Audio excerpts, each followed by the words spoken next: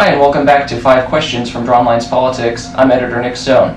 I'm proud to be joined today by Chip Lamarca. Chip is running for County Commission here in Broward County. Few people know Broward as well as Chip does. As past chairman of the Broward GOP, Lighthouse Point Commissioner, and candidate for Broward County Commission, Chip knows what it takes to be successful in South Florida, also as a small business leader. Now, Chip, thanks for being here with us today. Thanks for having me, Nick. All right. What I'm going to do is ask you a couple open-ended questions and get a take of who you are, a little bit about your background, your ideology, and why we should support you in the County Commission. First, tell us what will be your top priority on the County Commission. Top priority would be, without a doubt, draining the swamp and ending public corruption at all levels of Broward County. And we saw just this week we lost another county commissioner. Right. It's pretty disgusting to know what goes on in Broward County, because when you talk to relatives all around the country, they know. I mean, they see what's going on down here. So before we can do anything, I think we have to end that. Yeah. Then the main priority of the actual governmental work would be to reprioritize the budget. Words number 18, 19, and 20 in our United States Constitution say ensure domestic tranquility. My goal will be to prioritize life and public safety as the first things we do, and then we can work on prioritizing those other areas in Broward County government. I think when we look at something and say 14% cut right off the top of everything, it doesn't make any sense. Right. And then third, after that is done, obviously we have a major problem here with jobs and the economy, and we drive up and down Federal Highway in my district and we see empty buildings. So the bottom line would be to bring jobs, think outside of the box and try to come up with some other solutions to bring jobs here, instead of cutting what we have coming in, which we know goes down every year with this crisis. Create more income, create a bigger revenue stream so that we can actually do business in Broward. All right. Now, county governments across America are making tough cuts, and I think most people would agree that counties, just like Broward, for example, have been spending too much money in the first place. Maybe it's not the worst thing that we've been forced to make cuts. But do you see any places where Broward should actually be spending more money? Any places we've neglected? Well, we don't have any more money, as the total pot goes. So I wouldn't say total more money in total, but certainly when we reprioritize, like I just said, we can spend more money in the areas where we truly need it in order to keep our residents safe and allow them to go about doing the business that they do to try to build their lives and build their families. And I think if we do that, we'll create more revenue, and that'll be an area where more dollars are shifted to the areas where we can actually promote growth in our county. All right. Chip, you were the leader, the chairman of the Broward GOP, and I think most people would agree that you were kind of a Big Ten kind of guy. I have to say, personally knowing you, you always worked to bring people into the party, not push people out. And today's Broward County, today's Republican Party is diverse and growing, and Broward County is a great example of that, even today. But can you tell us why it's important to bring new people into the tent and build a winning coalition instead of just working to get our traditional base, if you will, up to the polls? Yeah, Nick, it's a great question. I think it's important that we look back and we see what succeeded in our party. And we're the party of Abraham Lincoln. Abraham Lincoln freed the slaves. I mean, certainly that was to promote a bigger tent for not just our party, but our country. As we look at what's important, the other successful presidents who were Republican, let's look at Ronald Reagan. Yeah. He kept true to the 3 principles. The main thing we need to do is promote smaller government, lower taxes, less spending, and more personal responsibility. I don't think it's the government's job to get in the middle of everybody's lives or what they're doing.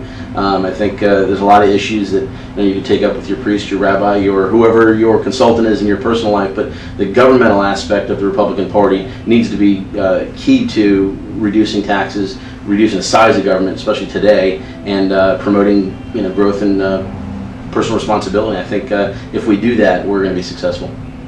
All right. Chip, a lot of people running for office just have either academic or political backgrounds. They don't know what it's like to meet a payroll or balance a budget in a small business or create a private sector job, but you do. You have a history in small business as well as just politics.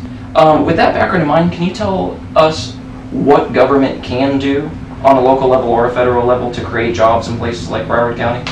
Well, I'm not one of those people who likes to keep a secret of my plans, but 6 months after the successful election of this campaign, I'll be releasing a business plan, which will include thoughts and ideas from local chambers, businesses, small businesses. One of the easy things to look at is we have an amazing airport and seaport, one of the best in the country, really. And that land in between those two, we should look into either a free trade zone or an incubator business plan where we bring in businesses, relieve corporate taxes and corporate property taxes, things like that, in order to jumpstart some small businesses. We may have the next Google or Microsoft there. We don't know. I mean, we won't know until we try it. So I think there's some areas where the county can actually get into business and get out of the way of other businesses that are already going. All right. And how will you be a different kind of commissioner than your opponent, Ken Keachel, if the people of Broward select you? Well, I want to bring District 4 back to the area of public service where people that know me. They know my wife is not a lobbyist. They know that I don't hang out with lobbyists. I'm not an attorney. I'm a small business person. I get what we need to do in District 4 to bring back small business to that area. One of the things that I can guarantee folks is I won't be in the newspaper for a lot of the reasons that are there now. I've never looked at government and what I call public service, not political. I'm not a politician. I'm a public servant here in Lighthouse Point, probably due to our pay here in the city. But what I'd like to bring back to that is public service and remove personal enrichment from that job.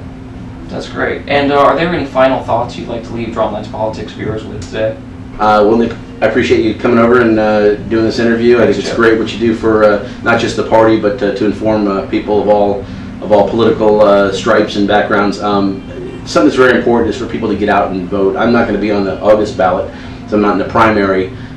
There is a general election that will likely have 3 people in it, myself, an NPA, and the Democrat. But my background, my business background, what I'd like to do with this district is very important. I think it would actually enrich a lot of people's lives with getting back to where we need to be. A little selfish plug is everybody can go to electchip.com. We have a join button on there. I'd love to be able to send everybody the information, press releases. We're fighting this public corruption thing very hard.